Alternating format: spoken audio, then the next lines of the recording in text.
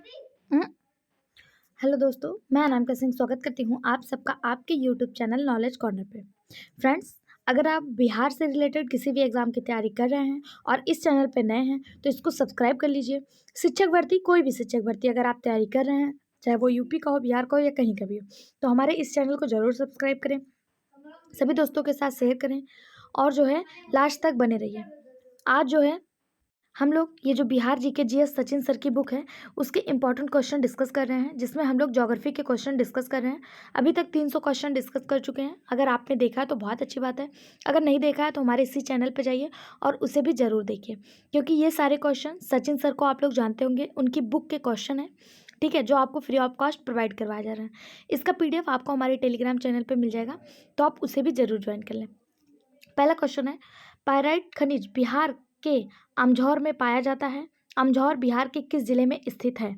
बांका, भागलपुर, जमुई, रोहतास, एक से अधिक या इनमें से कोई नहीं।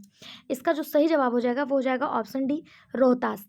अमझौर जो है ये बिहार के रोहतास में बिहार के रोहतास जिले में स्थित है और यहाँ पे जो है पायराइट अयस्क जो है वो पाया जाता है। ठीक, ऑप्शन डी इसका सही जवाब हो जाएगा।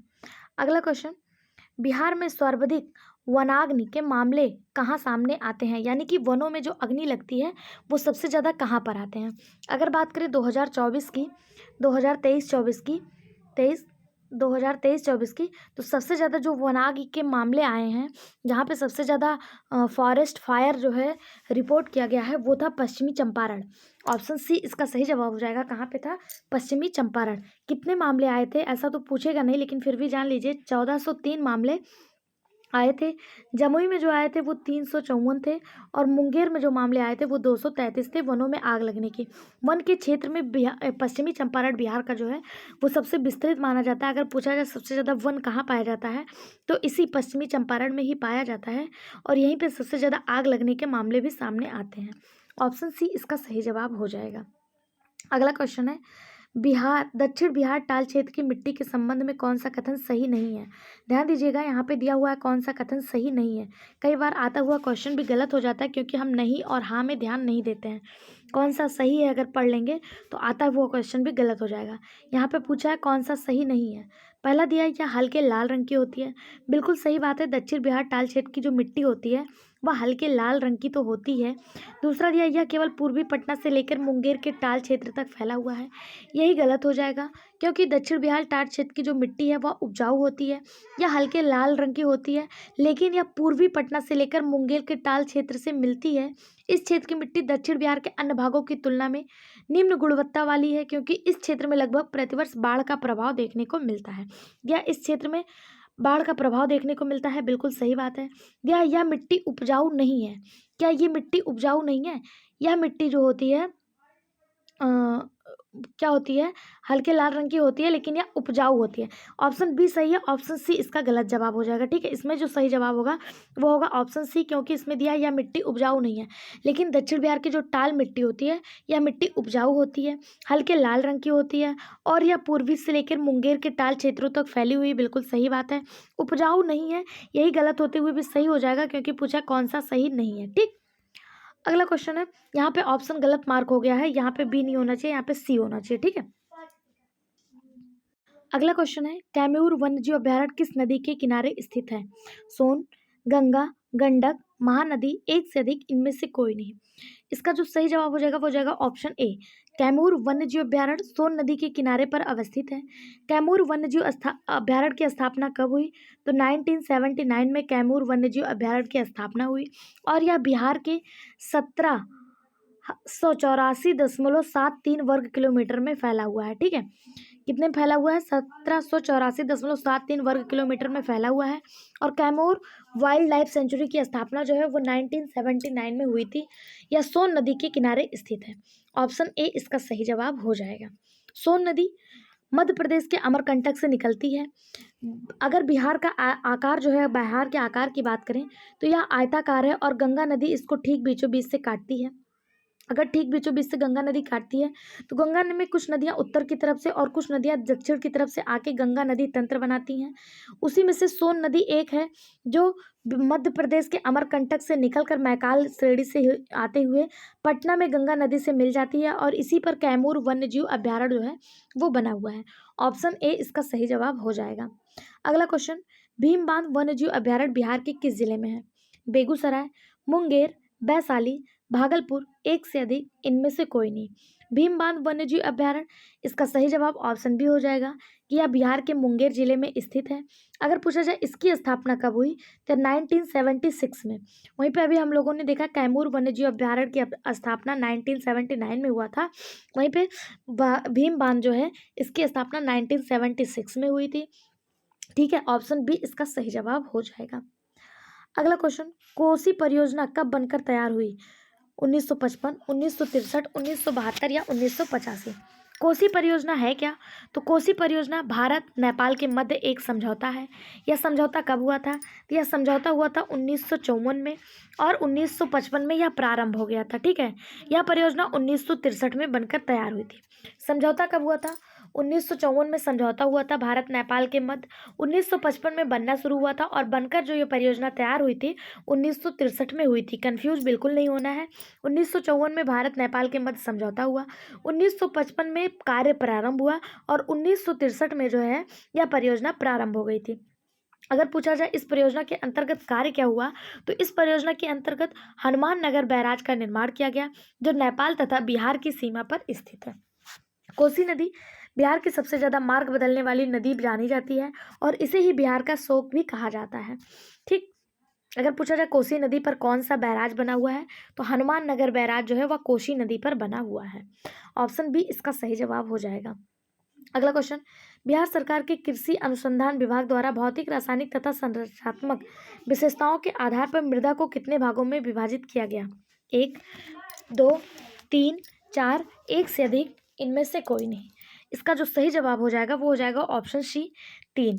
बिहार सरकार के कृषि अनुसंधान विभाग यानी कि जिसे आप एग्रीकल्चर रिसर्च डेवलपमेंट कहते हैं उसके द्वारा भौतिक, रासायनिक और संरचनात्मक विशेषताओं के आधार पर मृदा को 3 भागों में बांटा गया। कौन सा? मृदा को हम बांटेंगे गंगा नदी के अकॉर्डिंग।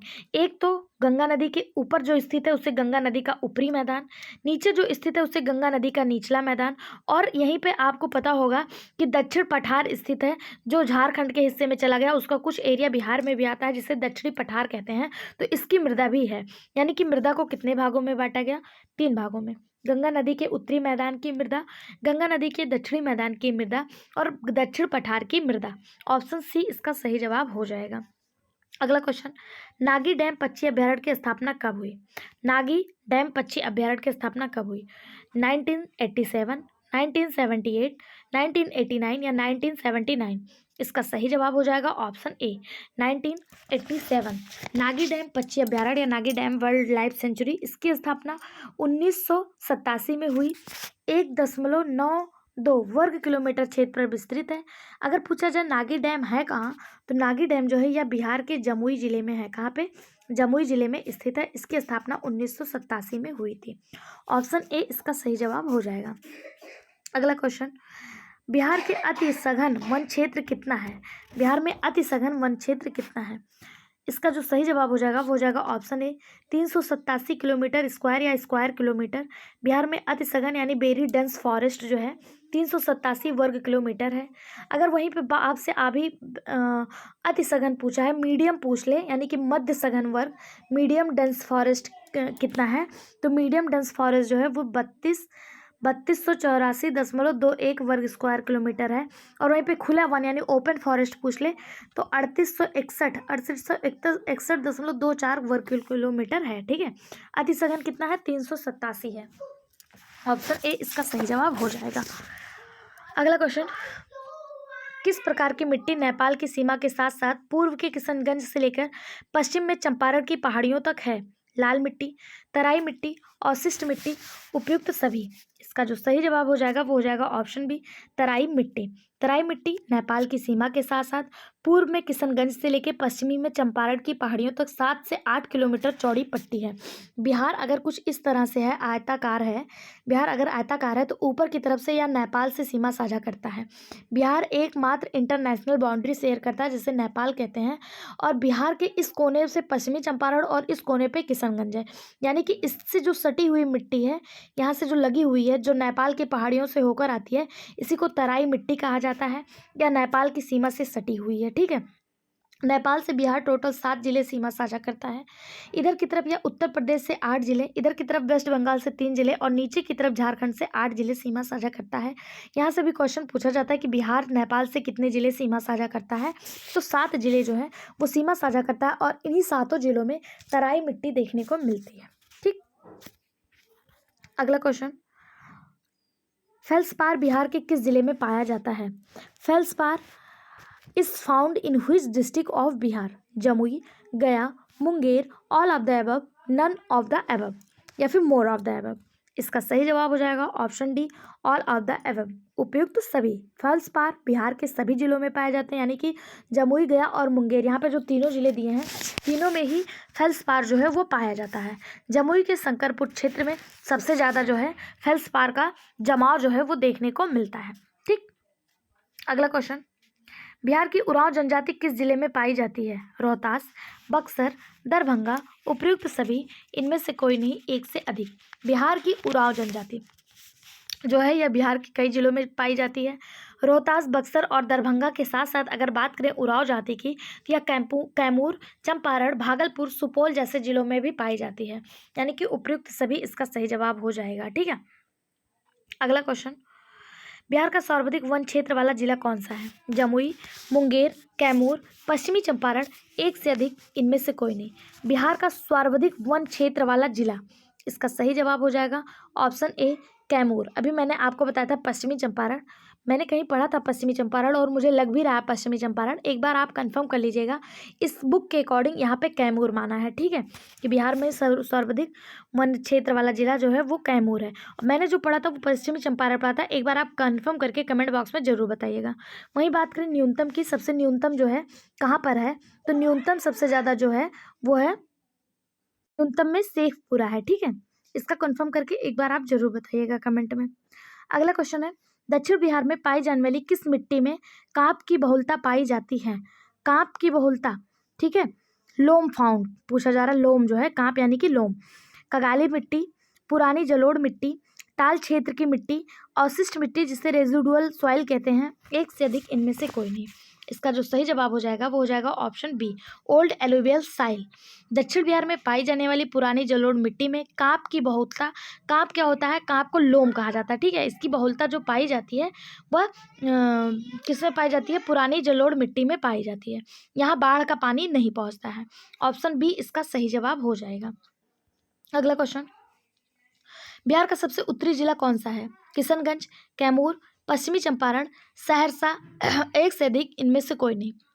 बात करें बिहार के माप की तो बिहार का जो आकार है वो आयताकार है। ऊपर के हिस्से को नॉर्थ, नीचे साउथ, और इधर को ईस्ट और इधर को वेस्ट कहते हैं। बिहार का सबसे उत्तरी जिला जो है वो यहाँ पे पाया जाता है, जो एक तरफ उत्तर प्रदेश से और दूसरी तरफ नेपाल से सीमा साझा करता है, जिसे आप पश्चिमी चंपारण के नाम से जानते हैं। वहीं पे अगर पूछ लिया जाए बिहार का सबसे दक्षिणी जिला कौन सा है, तो बिहार का सबसे दक्षिणी जिला जो है वो गया है। बिहार का सबसे पश्चिमी जिला की बात करें तो कैमूर है। बिहार का सबसे पश्चिमी जिला कैमूर है, और बिहार का सबसे पूर्वी जिला जो है वो किशनगंज है। कौन सा है? किशनगंज है। ठीक है, उत्तरी जिला कौन सा है, तो जो पूछा है वो ऑप्शन सी हो जाएगा, पश्चिमी चंपारण बिहार का सबसे उत्तरी जिला है। अगर बात करें किशनगंज की तो किशनगंज बिहार का सबसे ईस्टर्न एरिया है, यानी कि पूर्व का क्षेत्र है। वहीं पे पश्चिम की बात करें तो कैमूर पाया जाता है पश्चिम में, यानी कि यह वेस्टर्न है। और जो आपका दक्षिण की तरफ है वो कौन सा है? गया है। दक्षिण की तरफ का कौन सा है? गया है। ठीक, अगला क्वेश्चन, बिहार का सबसे गर्म स्थान कौन सा है? पटना, औरंगाबाद, गया, मुजफ्फरपुर, एक से अधिक इनमें से कोई नहीं। बिहार का सबसे गर्म जिला पूछा है। इसका सही जवाब हो जाएगा ऑप्शन सी, गया। बिहार का सबसे गर्म गया जिला जो है वो गया है। यहाँ पर अगर पूछा जाए बिहार में न्यूनतम वर्षा वाला जिला कौन सा है, तो कैमूर, रोहतास, औरंगाबाद और गया, यानी कि सबसे कम बारिश भी बिहार के गया में होती है और सबसे गर्म जिला भी बिहार का गया है। अगर पूछा जाए बिहार राज्य की जलवायु कैसी है, तो बिहार राज्य की जो जलवायु है वो मानसूनी है। कैसी है? मानसूनी है। अगर पूछा जाए बिहार में सर्वाधिक वर्षा कहाँ पे होती है, तो बिहार में सबसे ज़्यादा वर्षा जो होती है वह किशनगंज में होती है। कहाँ पे होती है? किशनगंज में होती है। और सबसे कम वर्षा कहाँ होती है? गया में होती है। सबसे कम वर्षा गया में, सबसे ज़्यादा वर्षा किशनगंज में। और बिहार का जलवायु कैसा है? मानसूनी है। ठीक है।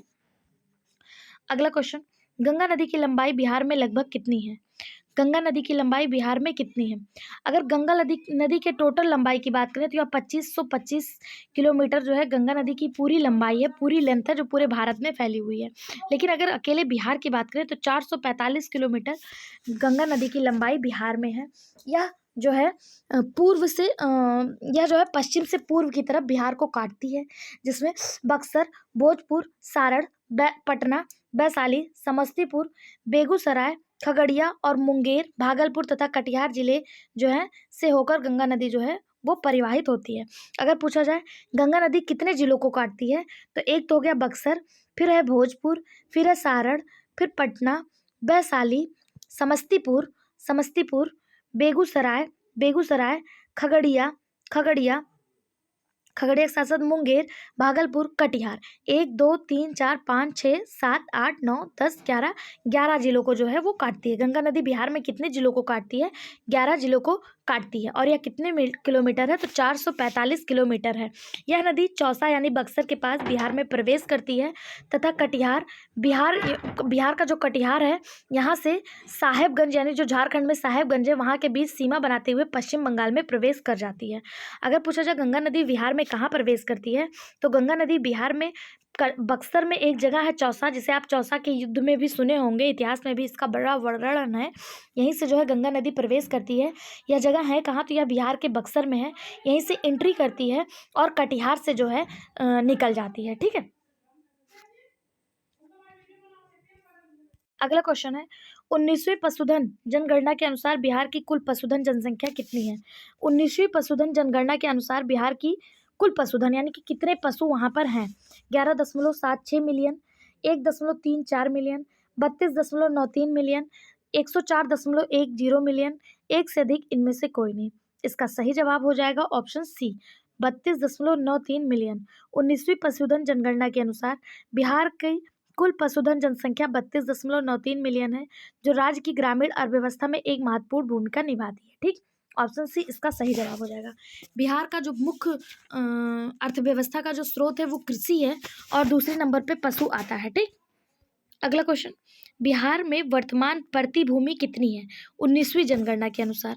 19वीं जनगणना के अनुसार बिहार में जो वर्तमान प्रति भूमि है वो कितनी है? तो इसका सही जवाब हो जाएगा ऑप्शन बी, 1002.96 हजार हेक्टेयर जो है वह है। अगर पूछा जाए बिहार की टोटल भौगोलिक क्षेत्र कितना है, तो 94,163 किलोमीटर बिहार का टोटल भौगोलिक क्षेत्र है और इसका 10.72% जो है ये प्रति भूमि है वर्तमान में बिहार पर। ठीक है, जिस पे जो है पिछले 1 वर्षों से खेती नहीं हो रही है, लेकिन उससे पहले यह खेती योग्य रही, मतलब खेती होती थी, लेकिन अभी पिछले 1-2 वर्षों से इस पे खेती नहीं हो रही है। ठीक, अगला क्वेश्चन, ये पूरी जनगणना दी हुई है, आप देख सकते हैं।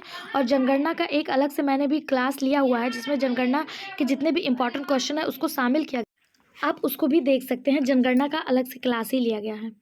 अगला क्वेश्चन है, बिहार भारत के किस क्षेत्र में स्थित एक भू अवशिष्ट राज्य है? दक्षिण भारत, उत्तर पूर्वी भारत, पश्चिमी भारत, मध्य भारत, एक से अधिक या इनमें से कोई नहीं। इसका जो सही जवाब हो जाएगा वो हो जाएगा ऑप्शन बी, उत्तर पूर्वी भारत। बिहार भारत के उत्तर पूर्वी क्षेत्र में स्थित एक भू अवशिष्ट राज्य है। उत्तर पूर्वी क्षेत्र यानी अगर भारत की आकृति कुछ इस तरह है, एक मिनट मैं हल्का सा इस तरह, तो ऊपर नॉर्थ हो गया, इधर ईस्ट हो गया, तो यानी बिहार यहीं कहीं पे मौजूद है, ऐसे बना हुआ है, यहीं कहीं मौजूद है, तो यह उत्तर पूर्वी भूभाग का हिस्सा है। ठीक है, बिहार बिहार की आकृति कैसी है, मैं बार बार आपको बता रही हूँ, यहाँ से क्वेश्चन बनता है। बिहार की आकृति आयताकार है। इसके नॉर्थ में नेपाल, साउथ में झारखंड, ईस्ट में वेस्ट बंगाल और वेस्ट में उत्तर प्रदेश जो है वो है, ठीक है। या एक इंटरनेशनल बॉर्डर नेपाल से सीमा साझा करता है, बाकी भारत के 3 राज्यों से बाउंड्री बनाता है। अगला क्वेश्चन, बिहार के उत्तर से दक्षिण तक अधिकतम लंबाई और पूर्व से पश्चिम तक अधिकतम चौड़ाई कितनी है। यानी कि बिहार की अगर स्थिति जो है वो आयताकार है, तो इसकी ये लंबाई और इसकी ये चौड़ाई दोनों का पूछा है कि कितनी है। आपको बता दें बिहार की जो लंबाई है, ये अगर इसकी बात करें तो ये 345 किलोमीटर है, 345। और चौड़ाई की बात करें तो यह 483 है। कितनी है? 483 किलोमीटर, ठीक है। और बिहार के टोटल क्षेत्रफल की बात करें कितना है, तो 94,163 वर्ग किलोमीटर यह बिहार का टोटल क्षेत्रफल है। अगर पूछा जाए बिहार भारत के पूरे क्षेत्रफल का अपने पास कितना रखता है, तो 2.86% जो है यह भारत के पूरे क्षेत्रफल का अपने पास रखता है। बिहार की उत्तर से दक्षिण तक की अधिकतम लंबाई 345 है और पूर्व से पश्चिम तक की 483 है।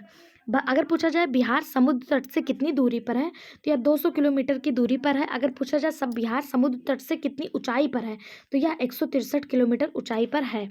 और दूरी पर कितनी है? 200 किलोमीटर की दूरी पर है। इसका जो सही जवाब हो जाएगा वो हो जाएगा ऑप्शन बी, ठीक। अगला क्वेश्चन, औरंगाबाद जिला की स्थापना किस 2 जिलों से की गई है। औरंगाबाद जिले की स्थापना किस 2 जिलों से की गई है? पूर्वी चंपारण और गया, दरभंगा और सहरसा, भोजपुर और पटना, भागलपुर और मुंगेर, एक से अधिक इनमें से कोई नहीं। इसका सही जवाब हो जाएगा ऑप्शन ए, पूर्वी चंपारण और गया। औरंगाबाद जिले की स्थापना पूर्वी चंपारण और गया से की गई। कब की गई? 1972 में की गई। कब की गई? 1972 में की गई। यह जिला पूर्वी चंपारण और गया से जो है थोड़ा थोड़ा हिस्सा लेकर बनाया गया। यहाँ की स्थानीय भाषा अगर पूछा जाए तो मैथिली है। क्या है? मैथिली है, ठीक है। अगला क्वेश्चन है, बिहार के वे 3 जिले कौन से हैं जो पश्चिम बंगाल के साथ सीमा साझा करते हैं।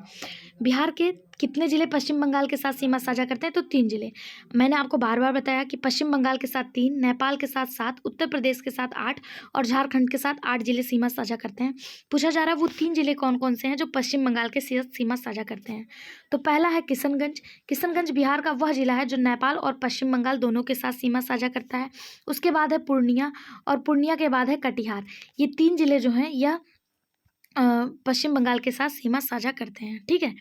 बिहार में कटिहार, पूर्णिया और किशनगंज पश्चिम बंगाल के साथ सीमा साझा करते हैं और बिहार में पश्चिम बंगाल के साथ केवल 3 जिले जो हैं वो सीमा साझा होते हैं। ऑप्शन ए इसका सही जवाब हो जाएगा। अगला क्वेश्चन, बिहार के वो 7 जिले कौन से हैं जो उत्तर प्रदेश के साथ सीमा साझा करते हैं। अब देखिए यहाँ पे 7 जिला दे दिया, लेकिन बिहार के टोटल 8 जिले जो हैं वो उत्तर प्रदेश के साथ सीमा साझा करते हैं।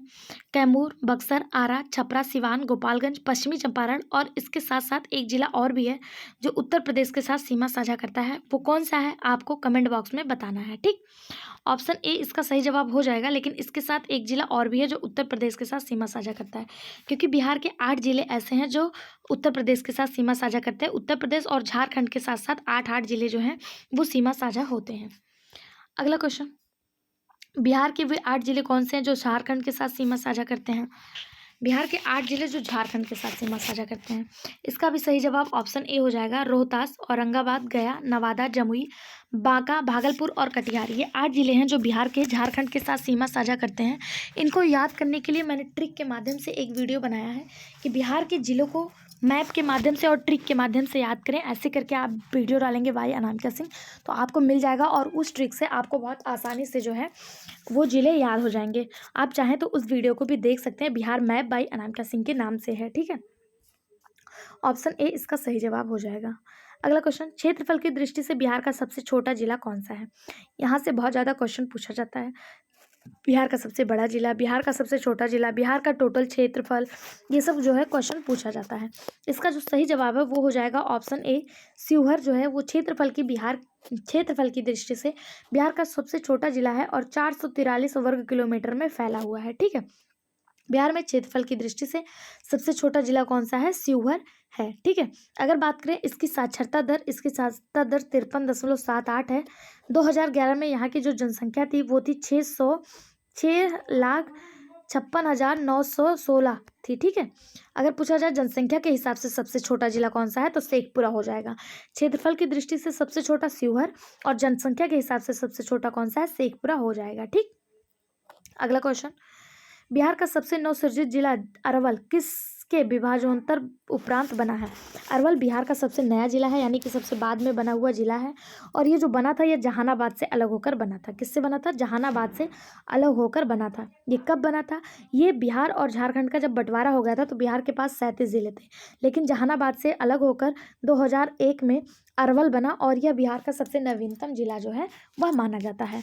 ऑप्शन डी जो है ये इसका सही जवाब हो जाएगा। अरवल जिला मध्य प्रमंडल यानी कश्मीरी का एक अंग है। यह जिला अगस्त 2001 में स्थापित किया गया।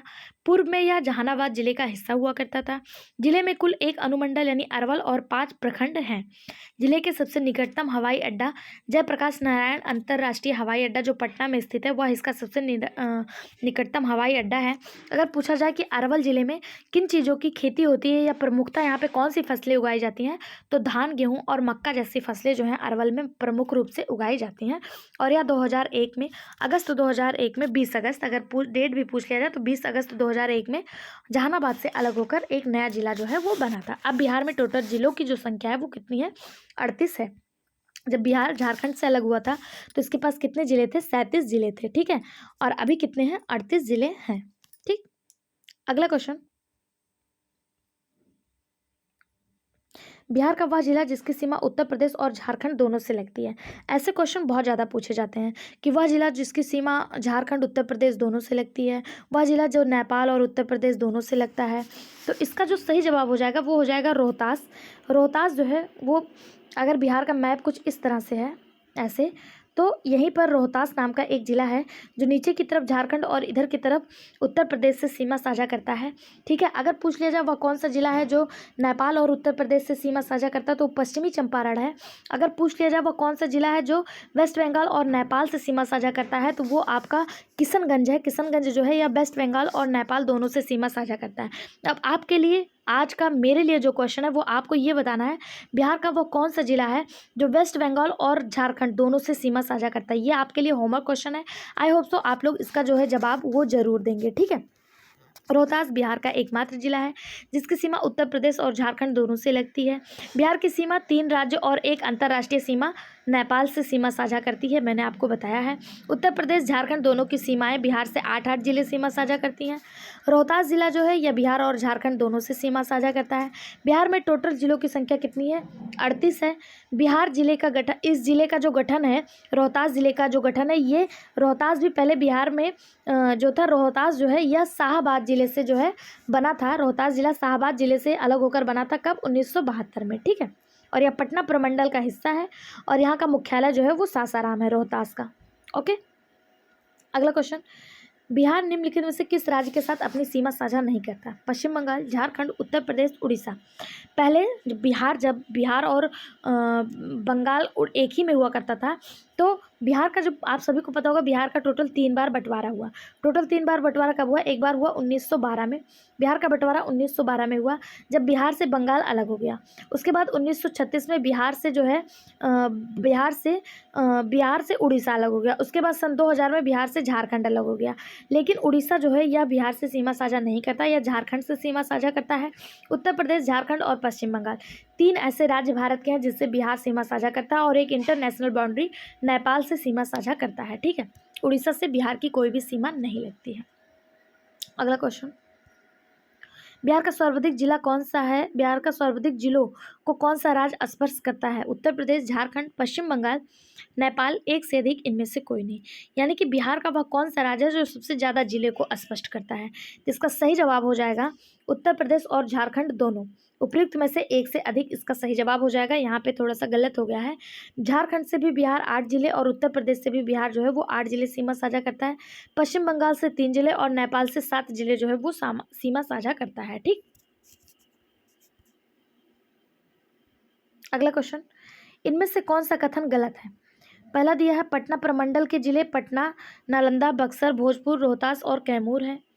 दूसरा दिया है मध्य प्रमंडल के जिले औरंगाबाद, गया, नवादा, जहानाबाद, अरवल है, बिल्कुल सही बात है। तीसरा दिया है मुंगेर प्रमंडल के जिले मुंगेर, लखीसराय, शेखपुरा, जमुई, खगड़िया और बेगूसराय। देखिए प्रमंडल आपको ऐसे नहीं याद होंगे, प्रमंडल इतनी आसानी से नहीं याद होते हैं, इनको मैंने ट्रिक के माध्यम से मैप के साथ आपको बताया हुआ है। ऐसी ट्रिक जिसको आप 1 से 2 बार देखेंगे वो आपके दिमाग में बस जाएगा और जो है प्रमंडल आपको बहुत आसानी से याद हो जाएगा कि कौन से प्रमंडल में कौन से जिले हैं। तो आप एक बार हमारे इसी चैनल पर जाइए और उस मैप वाली क्लास को भी जरूर देखिए। इसमें से जो गलत है वो हो जाएगा ऑप्शन डी, दरभंगा प्रमंडल के जिले जो हैं वो यहाँ पे गलत दिए हुए हैं। दरभंगा प्रमंडल के अंतर्गत दरभंगा, मधुबनी और समस्तीपुर जिले आते हैं, सहरसा और सुपौल नहीं आता है। ठीक है, ये इसका गलत जवाब हो जाएगा ऑप्शन डी। ठीक, अगला क्वेश्चन, जुलाई 2018 तक पटना जिला बिहार के कितने जिलों से सीमाबद्ध था? जुलाई 2018 तक पटना जिला मतलब पटना जिला से बिहार के कितने जिले सीमा साझा करते हैं? इसका सही जवाब हो जाएगा ऑप्शन सी। जुलाई 2018 तक पटना जिला बिहार के 9 जिलों से सीमाबद्ध था। अगर पूछ लिया जाए वो 9 जिले कौन कौन से थे तो भोजपुर, सारण, वैशाली, समस्तीपुर, बेगूसराय, लखीसराय। 1 मिनट यहाँ पे लिखा हुआ है, मैं आपको दिखा देती हूँ। वो 9 जिले कौन कौन से थे? भोजपुर, सारण, वैशाली, समस्तीपुर, बेगूसराय, लखीसराय, नालंदा, जहानाबाद और अरवल। ये जिले 9 जिले ऐसे हैं जो पटना के साथ सीमा साझा करते हैं।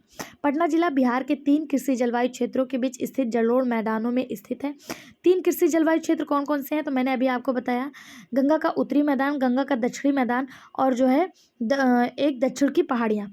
3 कृषि जलवायु क्षेत्र हैं पटना में और इन्हीं से घिरा हुआ है पटना। बिहार में 3 कृषि जलवायु क्षेत्र हैं। यह जिला गंगा, सोन और पुनपुन नदियों से घिरा हुआ है। गंगा नदी तो इसको काटती है, नीचे की तरफ सोन नदी आकर गंगा नदी में मिलती है और पुनपुन नदी भी आकर पटना में ही गंगा नदी से मिलती है। अगर बात करें बिहार राज्य के टोटल जिलों की संख्या तो 38 है। बिहार राज्य में टोटल जिले 38 हैं और प्रमंडल कितने हैं? 9 हैं। बिहार राज्य में टोटल प्रमंडल कितने हैं? 9 हैं। ठीक है, और जिले कितने हैं? टोटल 38 जिले हैं। अनुमंडल की बात करें तो 101 अनुमंडल बिहार में है। ठीक है, ऑप्शन सी इसका सही जवाब हो जाएगा।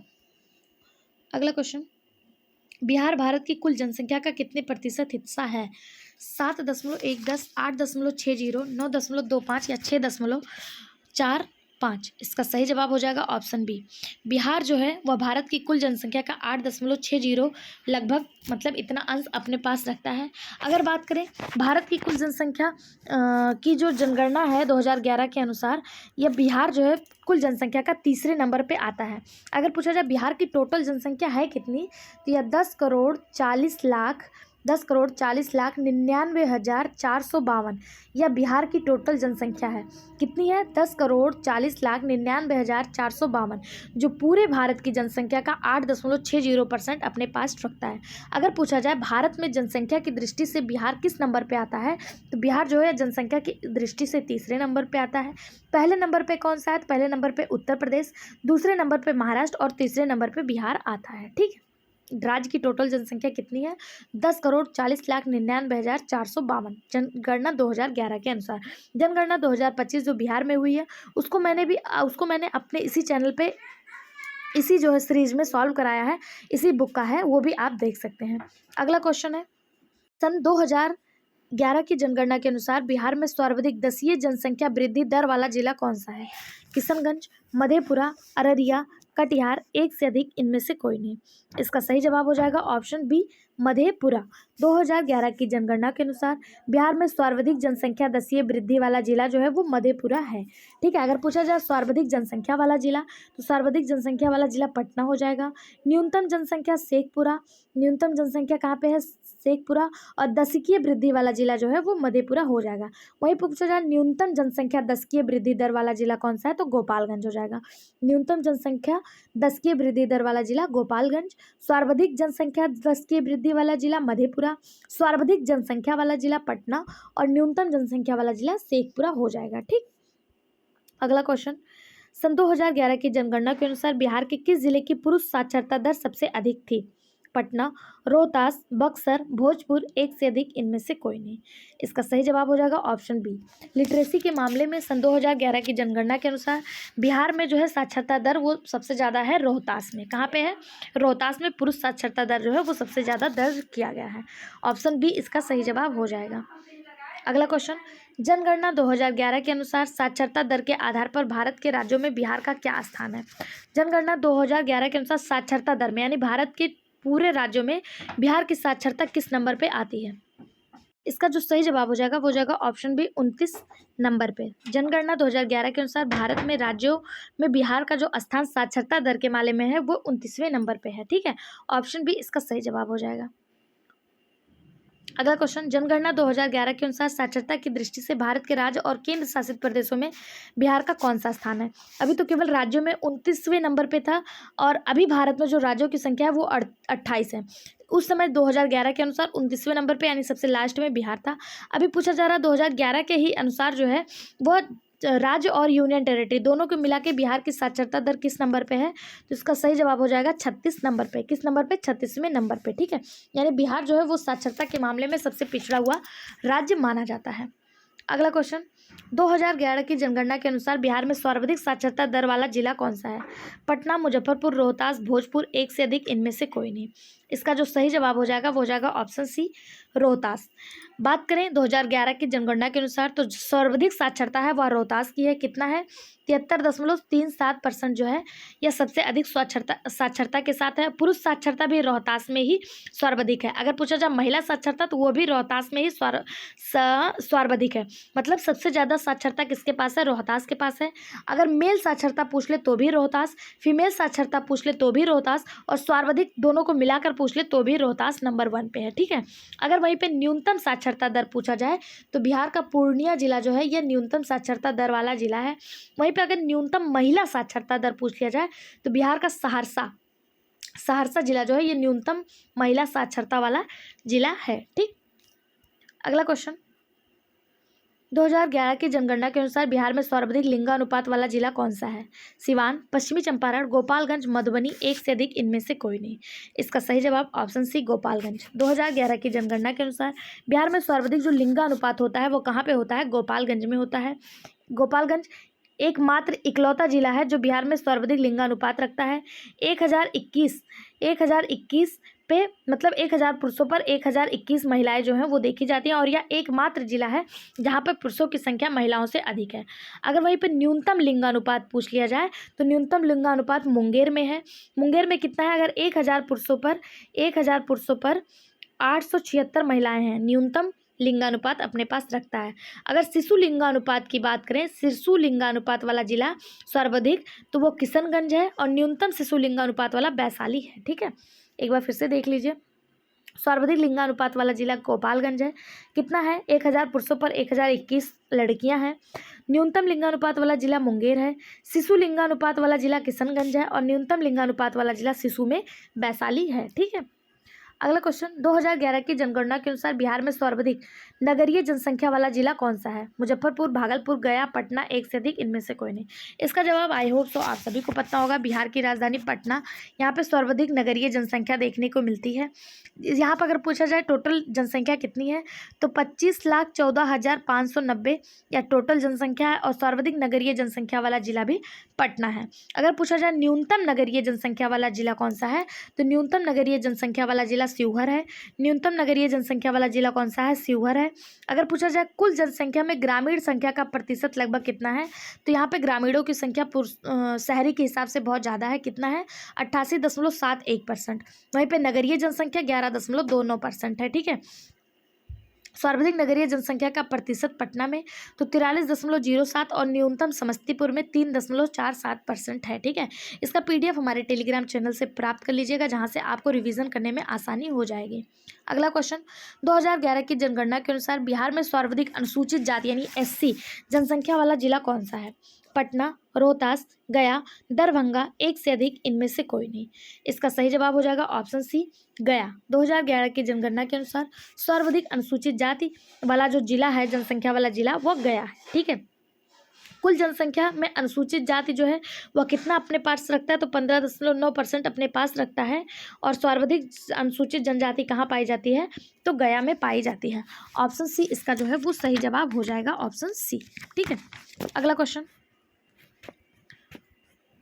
2011 की जनगणना के अनुसार बिहार में सर्वाधिक अनुसूचित जाति यानी ST अनुसूचित जनजाति वाला जिला कौन सा? अभी हम लोगों ने अनुसूचित जाति देखा गया था, अब पूछा जा रहा है अनुसूचित जनजाति वाला जिला कौन सा है? तो इसका सही जवाब हो जाएगा ऑप्शन बी पश्चिमी चंपारण।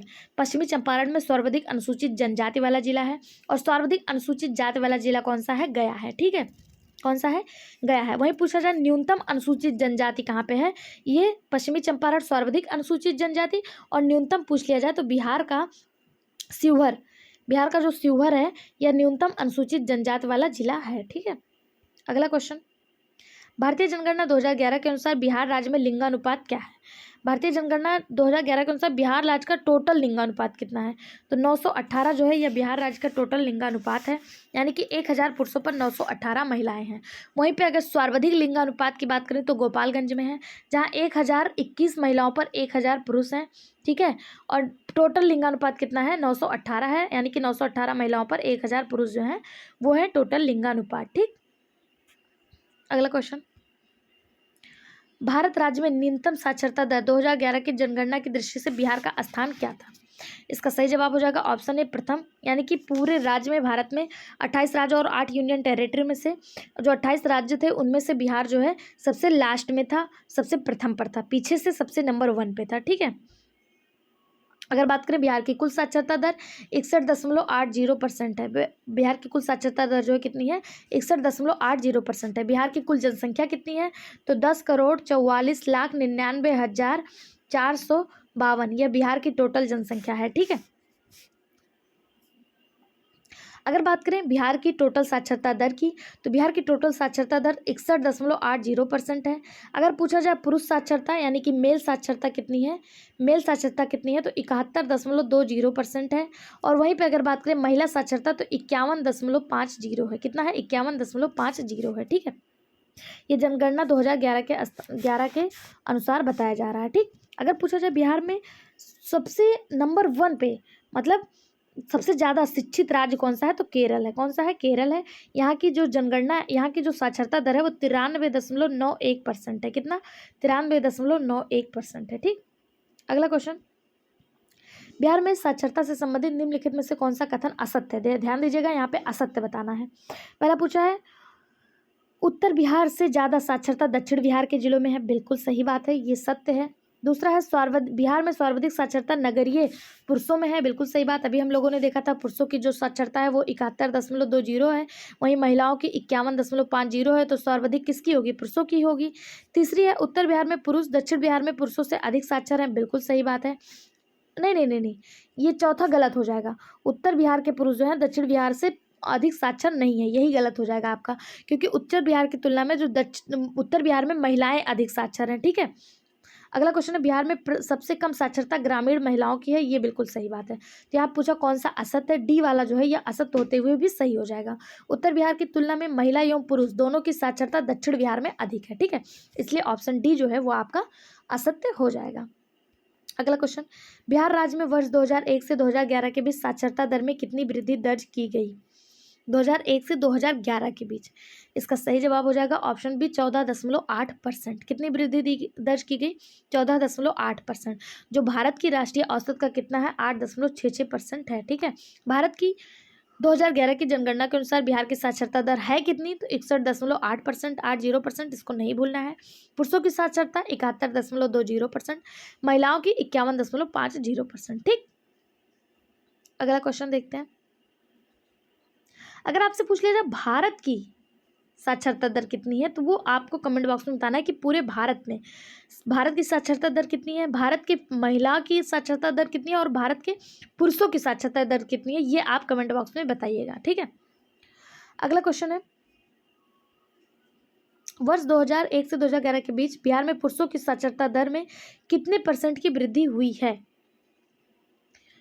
कितने % की वृद्धि हुई है पुरुषों में? इसका सही जवाब हो जाएगा ऑप्शन है 11.5% की वृद्धि हुई है 2001 से 2011 के बीच। ठीक है, अगला क्वेश्चन, बिहार में साक्षरता से संबंधित निम्नलिखित में से कौन सा कथन असत्य है? ध्यान दीजिएगा, यहाँ पे भी असत्य पूछा है। ये क्वेश्चन अभी हम लोगों ने आगे देखा था क्या? उत्तर बिहार से ज़्यादा साक्षर दक्षिण बिहार के जिले हैं। हाँ, सेम ही क्वेश्चन है, तो इसका सही जवाब ऑप्शन डी हो जाएगा।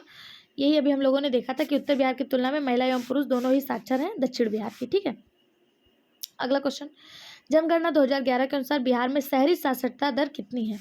बिहार में शहरी साक्षरता दर जो है वो ऑप्शन ए सही हो जाएगा। 76.9% बिहार में शहरी साक्षरता दर जो है वो दर्ज की गई है। अगला क्वेश्चन, बिहार के उत्तरी गंगा के मैदानी भाग का निर्माण किससे हुआ है? गंगा और उसकी सहायक नदियों के निक्षेप से, गंगा और सोन नदी के निक्षेप से, सोन और कोसी नदी के निक्षेप से, घाघरा और गंडक नदी के निक्षेप से, इनमें से कोई नहीं, एक से अधिक। बिहार के उत्तरी गंगा के मैदान पूछा है, बिहार के उत्तरी गंगा के मैदान का निर्माण। बिहार के उत्तरी गंगा का निर्माण कैसे होगा? अगर ये बिहार की आकृति है, बिहार की आकृति कैसी है? आयताकार है, और गंगा नदी इसको ठीक बीचों बीच दो भागों में काटती है। ऊपर वाले भाग को उत्तरी यानी नॉर्थ कहा जाता है, और नीचे वाले भाग को दक्षिणी यानी कि साउथ कहा जाता है। ये वाला जो भाग है इसको पूछा है, इस नदी का इस मैदान का भाग किससे निर्माण हुआ है? तो बिहार में गंगा के उत्तरी मैदान की जो सहायक नदियाँ हैं, उत्तर की तरफ से आपको कई सारी नदियाँ देखने को मिल जाएंगी। अरे यार, पूरा मैप ही मिट गया, 1 मिनट रुकिएगा। इस तरह और इस तरह, और आपको बताना है ये वाले भाग में, ठीक है। तो यहाँ से कई सारी नदियाँ आपको देखने को मिलेंगी। उत्तर प्रदेश से आपको एक घाघरा नदी आती हुई दिखती है। घाघरा नदी को ही उत्तर प्रदेश में सरयू के नाम से जाना जाता है। फिर पश्चिमी चंपारण से, नेपाल से होते हुए पश्चिमी चंपारण से आती है गंडक, बूढ़ी गंडक, कोसी, बागमती, कमला, बलान, ये जैसी नदियाँ जो है ये बिहार के उत्तर की तरफ से सहायक नदियाँ हैं गंगा की, और यही जो है उत्तरी गंगा के मैदान का निर्माण करती हैं। तो इसका जो सही जवाब हो जाएगा वो हो जाएगा ऑप्शन ए। गंगा और उसकी सहायक नदियों के निक्षेप से जो है ये उत्तरी गंगा के निर्माण का, मैदान के निर्माण का होता है। अगर पूछा जाए बिहार में गंगा नदी की सहायक नदियाँ उत्तर की तरफ से कौन कौन सी हैं, तो एक तो आती है घाघरा नदी जो उत्तर प्रदेश से आती है, घाघरा नदी। फिर आती है बूढ़ी गंडक, गंडक नदी इसी पे गंडक परियोजना भी बना हुआ है, जिस पर हरिके बैराज भी बना हुआ है। हरिके नहीं, कौन सा बैराज है जो नेपाल और उत्तर प्रदेश दोनों को ही लाभान्वित करता है और बिहार को भी लाभान्वित करता है? कौन सा बैराज है? दिमाग से उतर गया, आपको इसका जवाब बता देना है कमेंट बॉक्स में, जो गंडक नदी पर बना हुआ है, ठीक है। और उसके बाद बूढ़ी गंडक, उसके बाद कोसी जो 7 नदियों का संगम है, ये भी बिहार में उत्तर की तरफ से गंगा में मिलती है। बागमती, कमला, बलान, ये सब नदियाँ बिहार में उत्तर की तरफ से गंगा नदी पर मिलती हैं, और यह उत्तरी गंगा मैदान का जो है वो निर्माण करती हैं। ऑप्शन ए इसका सही जवाब हो जाएगा। अगला क्वेश्चन, बिहार के उत्तर पश्चिम में स्थित हराहा नदी की घाटी को क्या कहा जाता है? रामनगर दून, दून घाटी, सुमेश्वर श्रेणी, एक से अधिक, इनमें से कोई नहीं। इसका सही जवाब हो जाएगा ऑप्शन बी, दून घाटी। बिहार के उत्तर पश्चिम में स्थित हराहा नदी की घाटी को दून घाटी कहा जाता है। बिहार के उत्तर पश्चिम वाला भाग कौन सा हो गया? ये नॉर्थ हो गया, और ये वेस्ट हो गया, यानी ये वाला जो भाग है, ये वाला भाग, ये उत्तर पश्चिम का भाग हो गया, ठीक है। बिहार के उत्तर पश्चिम में स्थित हराहा नदी की घाटी को हराहा घाटी या फिर दून घाटी के नाम से जाना जाता है। यह घाटी रामनगर, दून और सोमेश्वर श्रेणी के बीच में स्थित है, ठीक। ऑप्शन बी इसका सही जवाब हो जाएगा, ऑप्शन बी, ठीक है। आज की वीडियो में बस इतना ही। इस तरह के और वीडियो पाने के लिए चैनल को सब्सक्राइब कर लें, वीडियो को लाइक करें और सभी दोस्तों के साथ शेयर करें। Thank you.